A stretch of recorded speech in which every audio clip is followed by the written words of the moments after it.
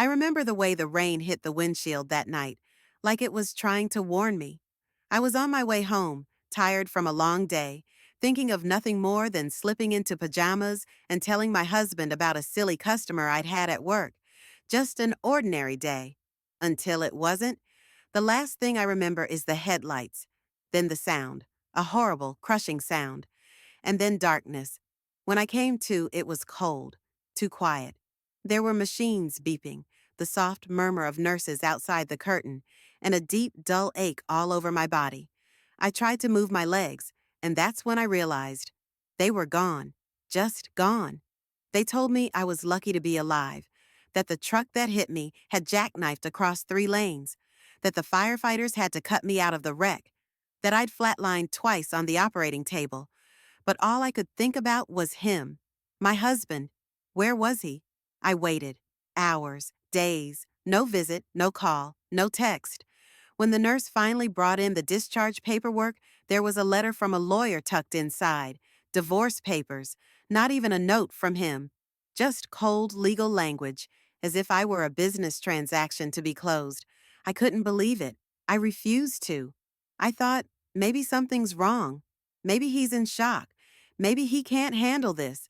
But then the truth came in waves. My bank account, empty. Our joint savings, gone. The house I helped pay for, remodeled, decorated, sold.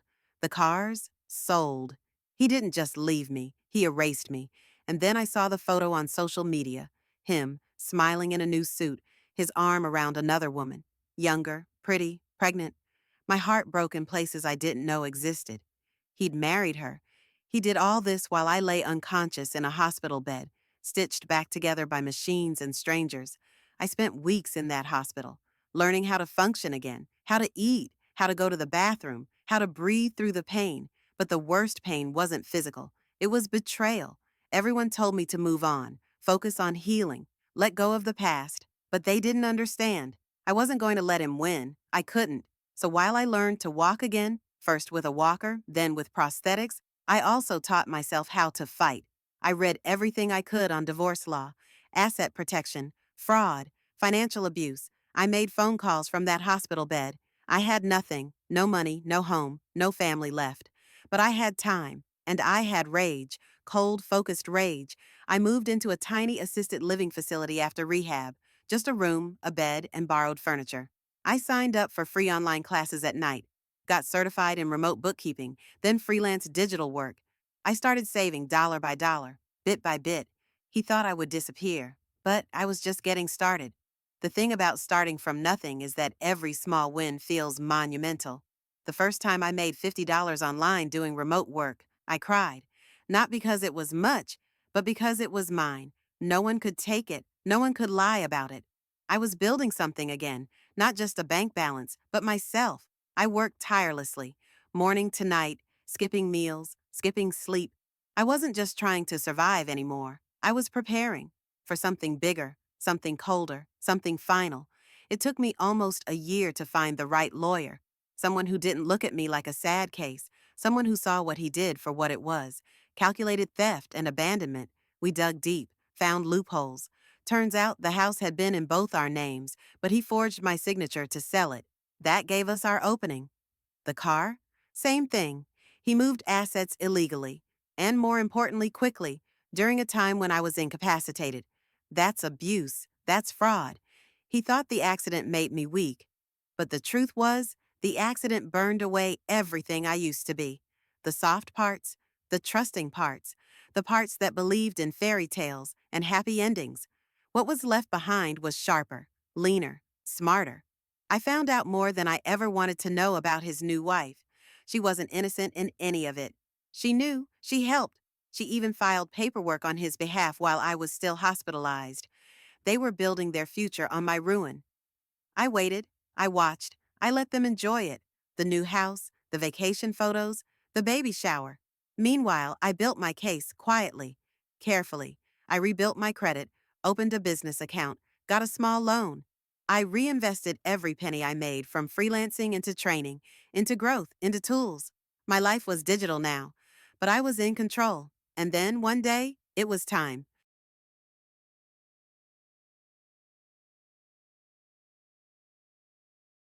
I had everything I needed: evidence, records, documents, timestamps, testimonies from nurses, bank records showing the exact hour he withdrew everything, emails from her, addressed to real estate agents pretending to be me. I filed the lawsuit on a Monday. By Wednesday, their accounts were frozen. By Friday, the court had issued an emergency injunction to stop them from selling off any more property. He tried to call me for the first time in over a year. I didn't pick up. He emailed me a pathetic string of excuses: that he was confused, overwhelmed, that she pressured him, that he didn't know how to handle what happened to me. I stared at that screen for a long time. Then I deleted the message. He didn't get to rewrite the story. The day of the first court hearing, I walked into that building on prosthetic legs. My lawyer stood beside me like a shield. His lawyer looked uncomfortable. And him? He looked like a man who had just remembered that karma is real. He barely recognized me. Gone was the soft, tired wife who used to wait up for him to come home late. I wore a sharp black suit, a calm expression, and carried myself like someone who had already won, because I had. It wasn't about getting the money back. It wasn't even about punishing him. It was about reminding him, and reminding myself, that I wasn't the victim in this story. I was the reckoning. The courtroom was colder than I expected. Not physically, emotionally. He sat across from me, avoiding eye contact, fidgeting with his tie like it might strangle him. She didn't come. Of course she didn't. Cowards don't show up to watch the damage they've caused. My lawyer laid everything out: clean, sharp, chronological. The accident, the hospital records, the forged documents, the money transfers, the photos, the digital footprints, everything. He looked smaller and smaller as each piece of evidence landed, like a man slowly realizing the walls were closing in. And they were. When my lawyer finished, the judge asked if I wanted to speak. I hadn't planned to, but I stood. I told them what it felt like to wake up without legs and without a husband, what it was like to grieve my body, my life, and my marriage all at once. I told them how he stole not just money, but time, safety, dignity. How while I was learning to use the bathroom again, he was setting up a nursery with another woman. The courtroom was silent. Even the judge leaned in. I didn't cry. I didn't raise my voice. I didn't need to. Pain, when it's real, doesn't scream. It speaks quietly, and everyone listens. The judgment came fast, faster than we expected. He was found liable for fraud, misappropriation of marital assets, and mental distress. The damages were extensive. He had to liquidate nearly everything. And the kicker? He was ordered to pay monthly restitution to me for 10 years. 10 years, every month, like a paycheck from fate. I would receive a reminder. I won. But money wasn't the best part. The best part came later. I got a message on social media, anonymous at first, then another, and another. Turns out he had done this before. Different women, different states. Always charming, always calculating, always walking away just before things caught up to him. But this time, he picked the wrong woman.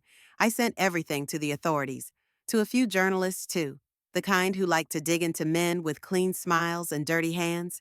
The story exploded online. They found more victims. Two came forward on national TV. One had lost custody of her child after he manipulated her into signing documents she didn't understand. He was arrested again, this time for federal fraud, obstruction, and conspiracy. And I moved into a new apartment, one with large windows and plants in every corner. I bought furniture I liked, art I actually cared about. I hosted dinners. I laughed again. I wore heels, not for the height, but for the defiance. Steel legs and a steel spine. I didn't tell anyone for a long time, but I also started mentoring women in recovery. Women who lost things, limbs, marriages, freedom, and were trying to find their way back. I told them it was okay to be angry, that healing didn't mean forgetting, that survival could be quiet, but revenge had its own music. Sometimes I would sit by the window late at night, tea in hand, and think about everything. Not with sadness, not even with rage anymore, but with power, because I wasn't broken. I was remade. The thing about revenge is, it doesn't always come with fireworks. Sometimes it's quiet, like a foundation cracking beneath a house, silent at first, until the entire thing collapses. And collapse it did. Once the news broke, the fraud, the lawsuits, the other women, He lost everything he hadn't already pawned. His new wife, she left him within days of the arrest, took their child, filed for sole custody, and started telling the world she had no idea what he'd done. Maybe she was lying, maybe she wasn't. But I didn't care. She wasn't my concern anymore. He was stripped of everything: his career, his licenses, his reputation. Even his so-called friends stopped returning his calls.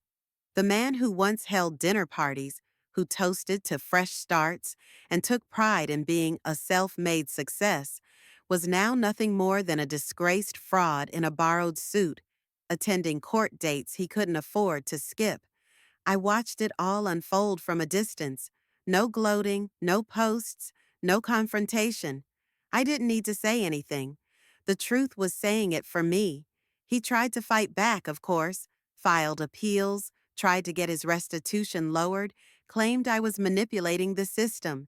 But every time he tried to stand, he sank deeper. More lies surfaced. More victims stepped forward. Even his own family, the ones who once praised him, who had never returned a single call after my accident, disowned him. He had become exactly what he always feared: irrelevant. Meanwhile, I flourished. My business grew, my network expanded. I spoke at conferences, anonymously at first, then publicly, about resilience, survival, and betrayal. I never mentioned his name. I didn't have to. People recognized strength when they saw it. And the funny thing? The more I succeeded, the less I thought about him. Not because I forgave him, but because I had eclipsed him. He was no longer the storm. He was just a broken branch I stepped over on my way out of the forest. But there was one last thing I needed to do. Not for revenge, not for the courts, not for the satisfaction. For myself. I went back to the town where it all happened. Drove, yes, drove, with my new custom-adapted car, parked outside the old neighborhood. Our house, the one he sold, had a new family in it now. A little girl played on the swing set we'd installed years ago.